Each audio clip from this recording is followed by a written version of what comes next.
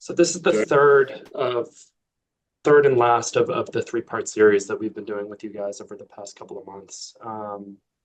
The first one, we kind of discussed the market generally and some of the differences between Web 2 and Web 3. The second one, we talked a bit about white papers and communication strategy, as well as some of the conversations and things to be wary of when negotiating with market makers and thinking about secondary markets. This one, we're really going to be focusing on fundraising, both at your dev code level as well as later on in the structure, potentially out of the foundation.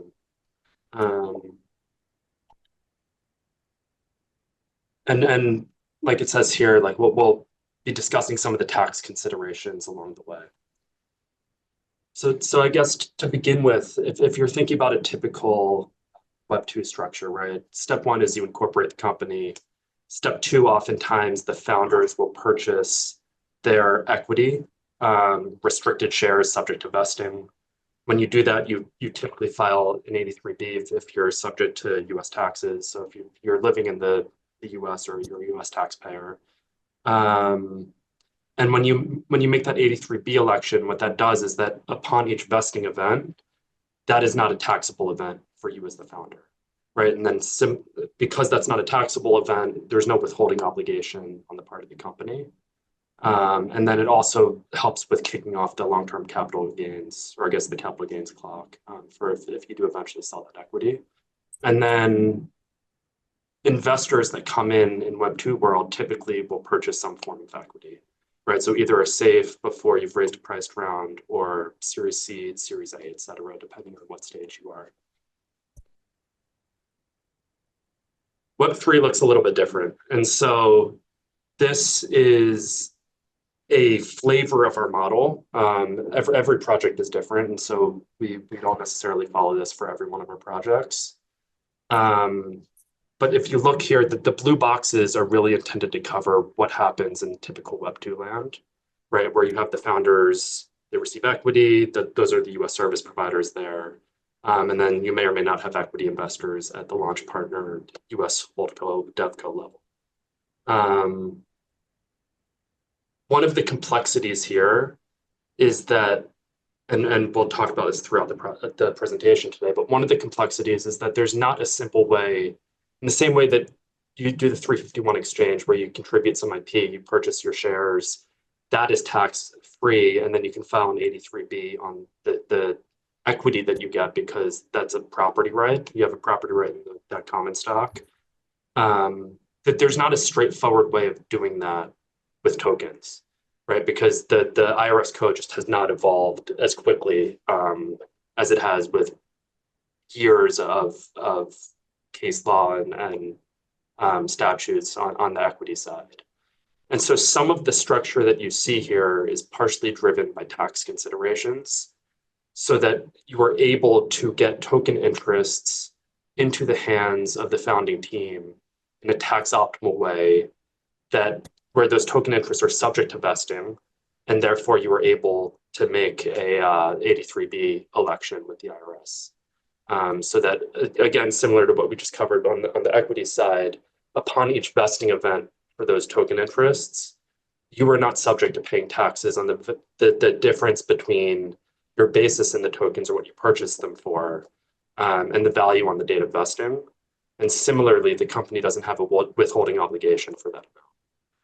Right, and so another consideration here is the fact that if the launch partner itself is the entity that creates the tokens, what you've created is centralized convertible virtual currency. And under FinCEN guidance from 2013 and 2019, that makes you an administrator.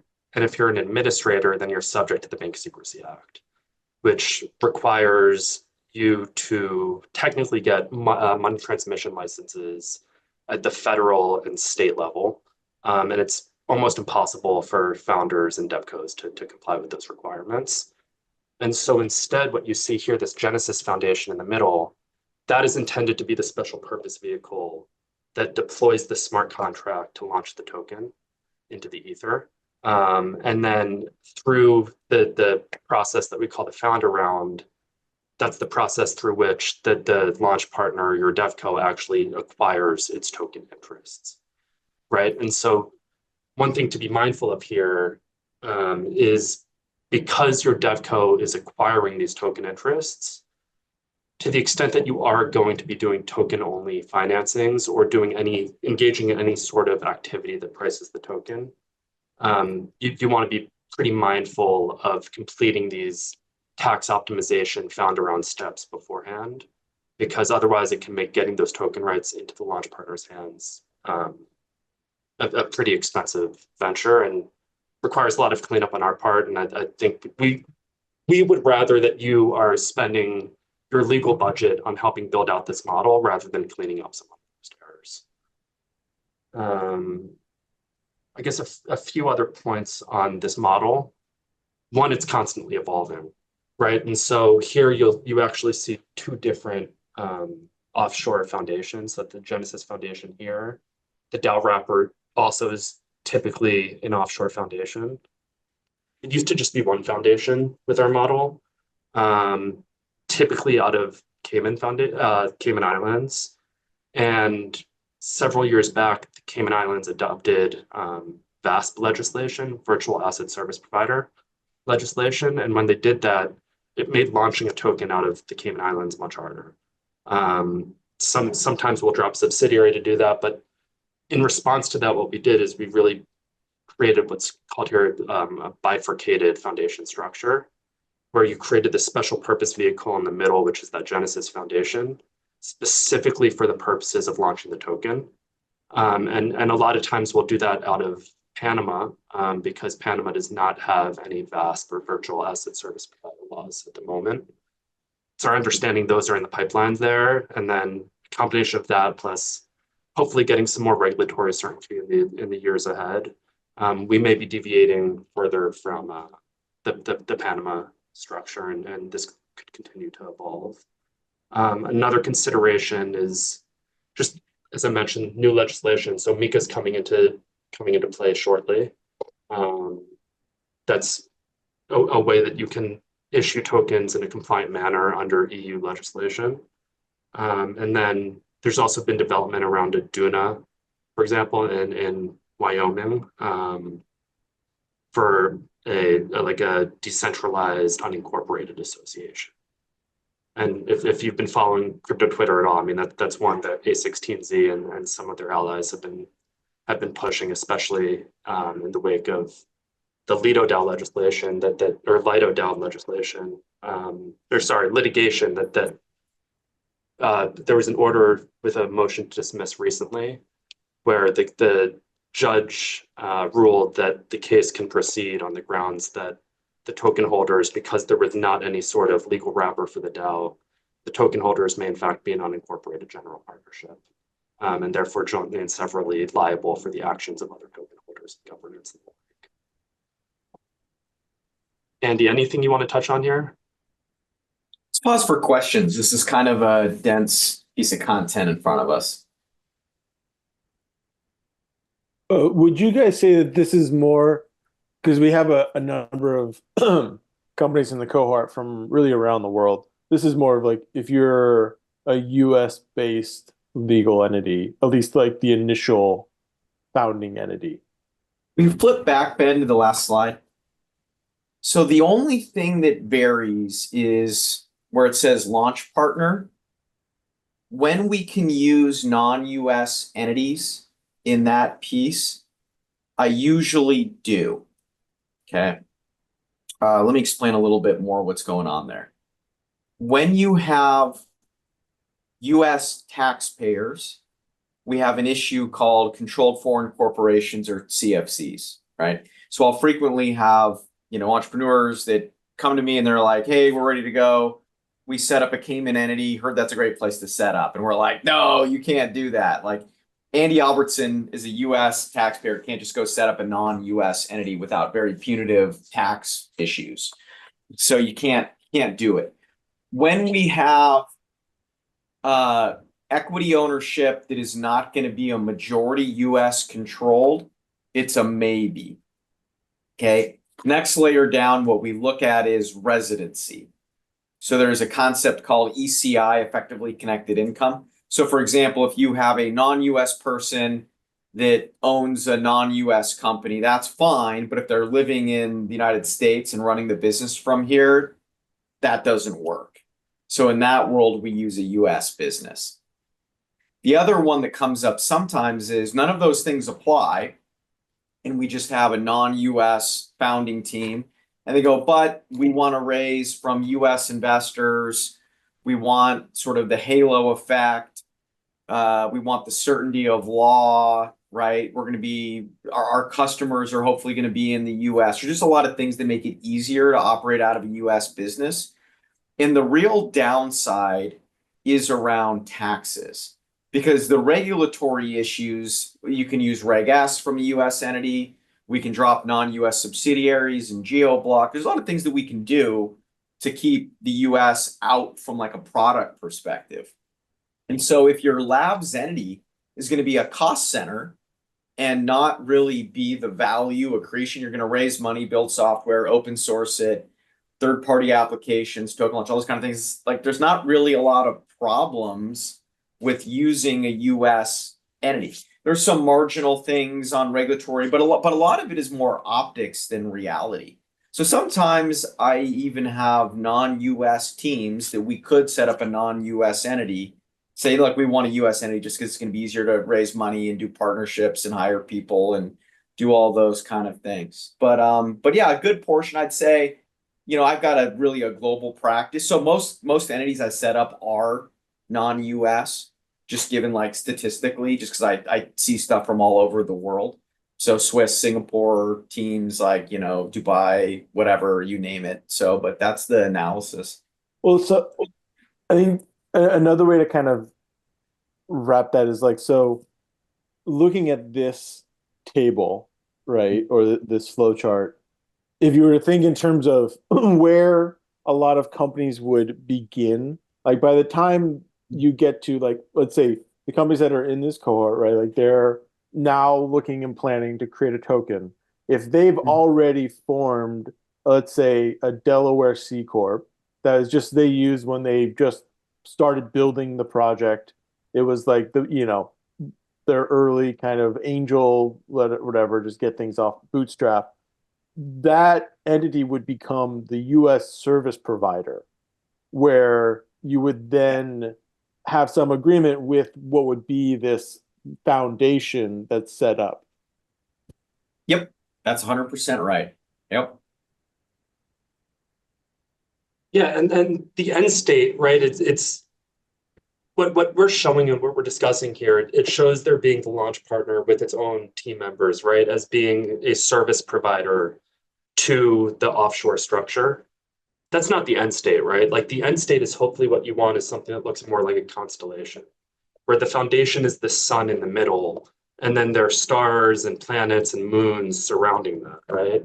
And so that really is the decentralized vision that is consistent with like the ethos of Web3. And by launch partner, and sorry to keep harping on this one slide, by launch partner, that could also be, let's say, like a resident. I'm forgetting. I'm trying to remember the name that they use in Switzerland, but basically, an existing entity in that whatever that jurisdiction that's acting as like a service tool that you go to, and they form the foundation, manage the local whatever, and like satisfy whatever the local requirements are legally.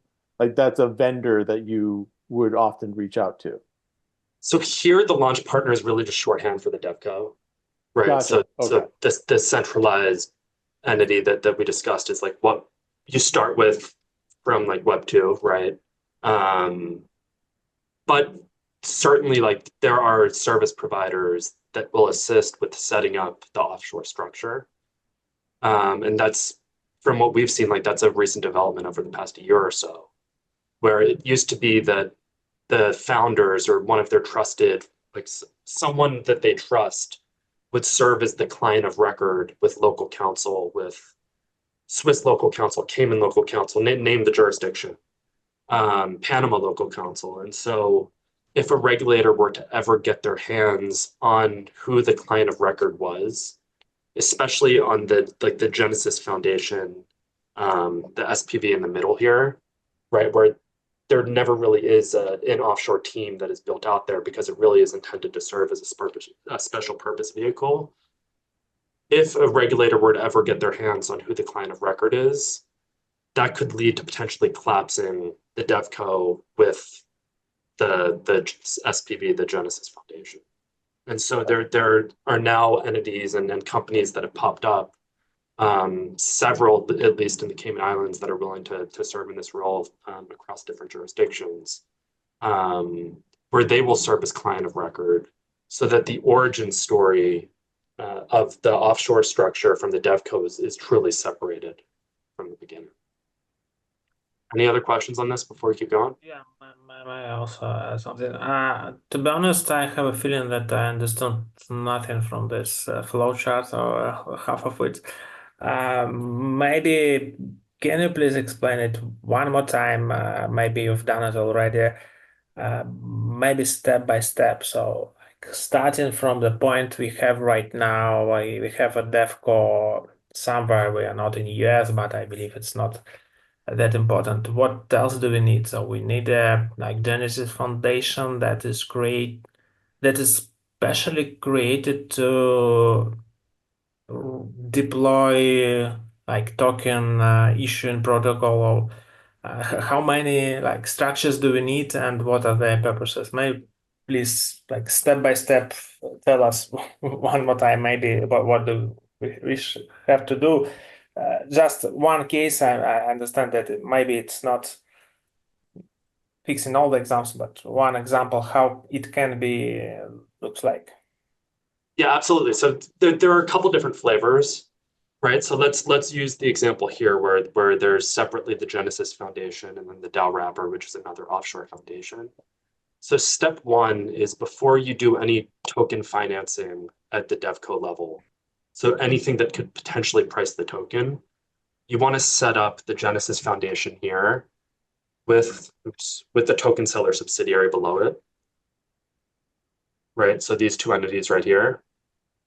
And then you want to know what the token allocations should be to the DevCo and to the team members, and have a rough sense of what the token allocations should be for the decentralized portion of the build, so at the foundation level.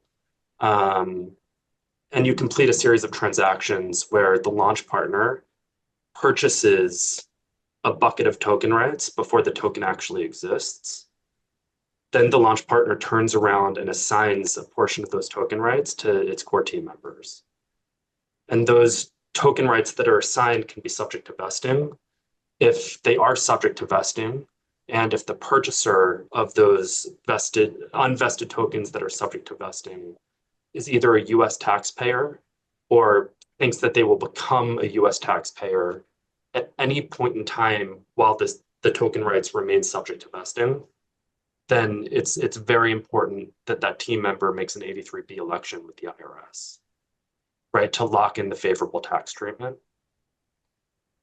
Once you've completed that tax planning step and built in a certain period of time, and hopefully during that period of time, we colloquially refer to it as a quiet period. But a helpful way to think about it is that if you ever need to take the stand to explain to the IRS why the value of the tokens when you completed the pre-token launch tax optimization transactions is significantly lower than the time at launch, you want to be able to point to specific facts or changes in circumstances that support the fair market value that was used and determined by a third-party valuation firm in those initial tax optimization transactions versus what the token's priced at time of public launch, right? And so it's helpful to start thinking about like what do those material intervening events look like, right? So it could be that you make an announcement at a crypto conference and the reception for whatever it is that you're announcing is significantly larger and more impressive. Like people are more impressed with the product than you were expecting. It could be that in that interim period, you strike a big commercial commercial deal with a counterparty that's going to help expand the network. It could be that you develop like a very material piece of IP between the founder round and token launch. And without that IP, it would have been impossible to launch the network. There are all sorts of helpful facts that you can point to. But those are the types of things that you should be looking out for and trying to document, knowing that eventually the IRS will likely be challenging some of these valuations. And we're going to get to on the next slide, but after that quiet period, you have some more flexibility with how you go about doing financing, whether that's with the blue boxes here, right? You're a centralized devco, or whether that's with the gray boxes on the offshore side of things. Then at some point, the Genesis Foundation will be launching the smart contracts to deploy the protocol, deploy the token. And typically how that's done is because the Genesis Foundation doesn't actually have any sort of team in Panama or wherever it's located. Typically that's done pursuant to a services agreement with the devco, right? So you will technically be the ones that are launching this thing, but you're doing it as a service provider to the foundation. So therefore, the principal actor in all of this is the foundation. It's not you guys, and you are just merely service providers to the foundation. We talked a bit about how there are some service providers and companies that have popped up in the Cayman Islands and elsewhere that will serve as the client of record for setting up the offshore structure. Another benefit is that they will also, even if they are not technically the ones that are launching the token and the protocol, from a legal perspective, they will take the attribution for that, right? And so instead of your devco entering into a services agreement directly with the Panama Foundation, if you're working with one of those companies, it's that third-party company that is entering into a services agreement with the foundation, and they may be subcontracting some of those services to you. So it just provides another layer of insulation from the actual genesis of the token and the protocol, which tends to be one of the riskier features, depending on the protocol, can be one of the riskier features of the entire model. And then separately, what you see here where it says the DAO wrapper, that can be a Cayman Foundation, it can be a Swiss association, it can be the DUNA that I mentioned earlier, it can be a Marshall Islands DAO LLC. Sometimes it can be a Guernsey trust. Like there are all sorts of different structures depending on the model. But the idea is that you want to somehow wrap the actions of the community, right, the token holders, because if there is not a liability shield for them and there's no entity that we can point to, then whether it's the IRS, whether it's a taxing authority in another jurisdiction, whether it's the CFTC, whoever it is, people will attack the DAO as being an unincorporated association or an unincorporated general partnership. And so it's of utmost importance that there is some sort of shield that a DAO member can point to and say, yes, I participate in governance, but my like all of that was really, whatever was implemented as a result of my governance was an action taken by this actual entity or this trust. It's not fully tested, right? Like we use Cayman foundations all the time. There has not been a court case that has established that a Cayman Foundation is a sufficient liability shield for a DAO. But it's going to be interesting to see how that law develops. And then another piece that is beyond the scope of this presentation is that there's another layer of protection that you can add at the DAO wrapper level by effectively getting D&O insurance for that, whatever the entity is, where that D&O insurance will flow to the actions taken by the token holders. And that's a product that, while expensive, provides a lot of protection for the token holders, can help with treasury diversification, and it's a captive insurance product where it can kind of grow over time as the premium is invested. And that's we worked on that with our insurance tech colleagues and kind of created a first of its kind product. At this point, it's been adopted and deployed by the Arbitrum Foundation, and I think it's in the works with some others as well. Yeah, cool. Now it's much more clear. Thank you. Thank you very Awesome. much. I think I have one more question right now for you. So I think all have here some kind of token warrant with Denarii Labs, and this is the pricing event for our token. So we already have some kind of price for our token, if I understand it correctly. It might be more or less nominal, but it's already pricing, and we should buy tokens from Genesis Foundation, the launch partner, using at least this price because we already have it, and after that the price can increase. Is it a correct understanding of what was happening? And then that kind of flows to the next slide, I believe. But the token warrant that you have, that's for like a nominal purchase amount, and then there's an exercise price in there, and that strike price is also relatively nominal, like $1,000 or so. Or is that correct? Mm-hmm. Yeah. Yeah. So when we're talking about pricing the tokens, less concerned about something like that, more concerned with you just selling token rights outright, the price of the token at like 2 cents a token, $1 a token, whatever it is. So we're less concerned with the nominal token pricing events. That's a great question. Okay, good. Thank you. Okay, so we talked a bit about the model. We talked about what it's like to fundraise on the Web2 side of things. On the Web3, when it comes to fundraising, it really is a couple of different questions. One is for the investor. Where's the value going to accrue, right? Is it going to accrue in the equity itself, or is it going to accrue in the tokens? And we've kind of seen this pendulum go back and forth, where at one point, investors were underweighted on tokens and overweighted on equity. And then because of that, we saw a round of deals where even for early stage companies, significantly before launch, investors were purchasing really token rights only as opposed to equity. And we've kind of landed at this equilibrium at this point where, especially for more early stage clients, founders or investors want to have exposure both on the equity side and the token side because of the uncertainty of where the value is going to accrue in the system.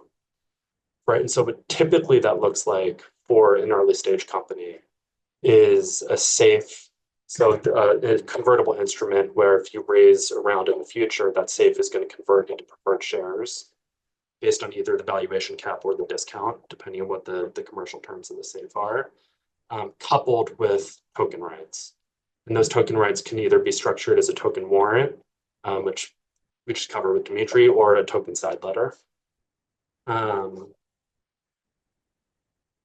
The other question is, when are you raising, right? Because if you've already done the founder round, if you've already gotten the token rights into the core team members, I guess to your company and then to the team members' hands in a tax equitable way, that provides a lot more flexibility, assuming that there's investor interest, to start doing token only fundraisings, right? And so you can, at that point, after you've waited out the sufficient quiet period, assuming that there are sufficient intervening events during that interim period, then you can explore, again, assuming there's interest, you can explore doing token only sales out of your DevCo or out of the open piece of the structure. So we've covered this a bit, but again, launch partner is selling either equity or safe coupled with the token warrant or token side letter. One little nuance for the warrant and side letter is that the warrants technically become exercisable at the time of token launch. Whereas if you're using like a standard form of token side letter, that side letter actually becomes triggered, right? The investor's token rights under that side letter are triggered when you're doing that initial tax optimization step called the founder round. A lot of investors these days have shifted towards favoring the token warrant because there's a purchase price that they are paying for that warrant. And so that helps establish a very low basis in the tokens or the token rights that they're purchasing. Whereas the side letter does not actually, the investors are not paying anything for the side letter, right? So they may try to allocate a little bit of the purchase price for the equity to the side letter, but it's not as clear as establishing what the basis is in those token rights. And then some other considerations are just depending on who your investors are and what stage of the fundraising, you may be negotiating over certain protective provisions and governance rights generally for how your company is going to be operating on a go-forward basis, and certain protective provisions where the investors, if you want to take certain actions, it requires getting approval from a certain percentage threshold of the preferred shares. But they're also going to be specifically negotiating for some protective provisions and rights around the plans for the token launch itself. And so it's just important to be very mindful of what that looks like. And you don't want to give up too much control, assuming that you have the leverage to push back. As far as the methodologies of computation, and I know I jumped over that one. I think that's really intended to mean that there are different ways for calculating what investors' token rights are under these documents. And so like a couple different flavors of the token warrant is investors are getting a percentage of their pro rata equity amount of the total token supply, right, at the time of exercise. So say that at the time of exercise, they own 10% of the company on a fully diluted basis, and they're entitled to 50% of that, then they would be entitled to 5% of the total token supply at time of launch when they exercise. There's a similar concept called a company reserve concept, which is really just two ways to skin a cat. You oftentimes get to the same place, where instead of getting a percentage of their fully diluted equity of the total token supply, they get their pro rata amount based on their equity of the company reserve, right? So the amount that's allocated to the DevCo and to core team members. And a lot of times there's like a 50% floor, deemed floor for that company reserve. So even if you only allocate 30% of the total token supply to the DevCo and the core team members, for purposes of the investors' token rights under their token warrants, it will be as if you allocated 50%, right? So there are some toggles, and depending on leverage, I mean, I've seen token rights get down to as low as like 25% of investors' pro rata amount, which would kind of be like building in a deemed floor for the company reserve concept of 25%. And I've seen as high as, at least in the warrants themselves, like 1-to-1. And sometimes investors may negotiate for additional token rights on the side as well. So again, once you close the founder round and wait out that quiet period, there's more flexibility to start doing some token only sales, assuming that there's interest in the marketplace. There are two flavors of that, which are on these next two slides. So one is doing the token only sale out of the Panama Foundation or one of its subsidiaries. And then pursuant to the services agreement that's in place between your DevCo and this SPV stack of entities, you can move some of those sale proceeds back to the DevCo, and then you would be recognizing income on that that revenue as you bring it back in to the DevCo. If that sale is being done, I guess going back to the point that Andy made about effectively connected income, if that sale is really being driven by a core team that is based in the US, there's significant risk that the proceeds of that sale will be subject to US taxes. Right here, it's less of a concern if you're actually moving that money back into the US and recognizing taxes pursuant to the services agreement. But if you're just keeping that pile of cash at the Genesis Foundation and the token seller subsidiary, there's some significant tax exposure there. And then depending on how you move that revenue back to the States, there is some flexibility with trying to game the system a little bit to defer some of that revenue and tax optimize. The other option, right, is assuming that you have the DAO legal wrapper stood up, is that you can start to diversify the treasury prior to token launch and sell tokens or token rights out of the foundation, the DAO LLC, the Duno, whatever the structure is. Again, here, effectively connected income income, the ECI risk is a significant risk here, right? Because typically when it comes to financing the DAO and providing some initial seed capital by selling token rights, the goal here is to not repatriate that cash through a services agreement with the DevCo. Some cash may end up flowing that way, but the idea is to really start to diversify the assets of the DAO wrapper so that it can cover its overhead expenses and continue to build this long runway. Depending on the timing of when you conduct the financing, the token sale out of the DAO, it may or may not trigger token holder governance rights. So different toggles as you're thinking about what the governance looks like, what you want token holders to have control over. Something that we typically see is that you take whatever the DAO treasury is, and you kind of split that up into a couple different buckets. So there may be a centralized multi-sig at the DAO.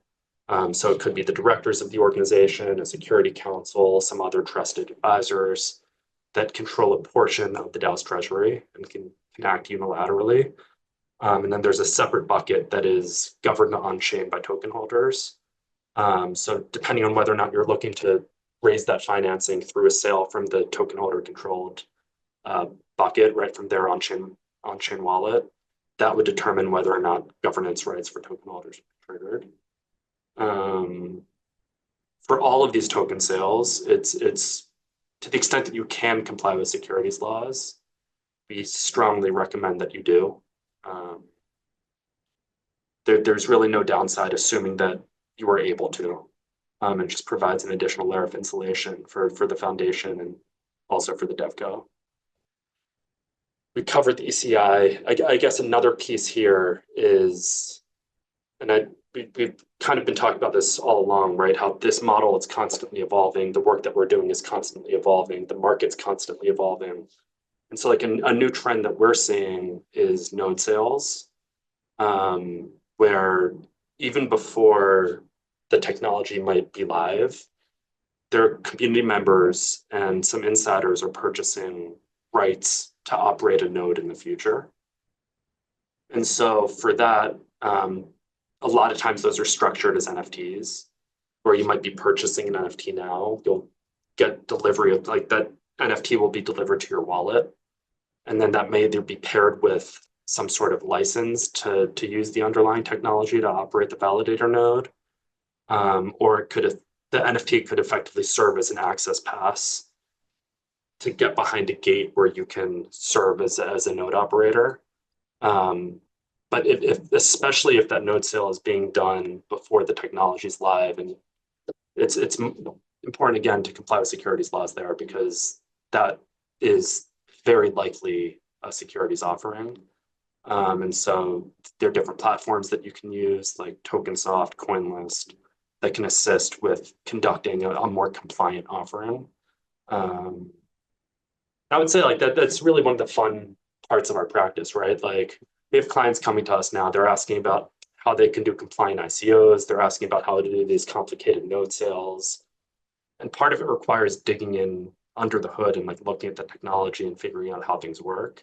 And then part of it comes to vetting counterparties, launch platforms that will be conducting the node sale to kind of assess the risk there, see if they can even comply with securities laws, if that's what our client is requesting. And it's just the meta is constantly changing, and we're constantly applying first principles to new ways of conducting business and scaling businesses.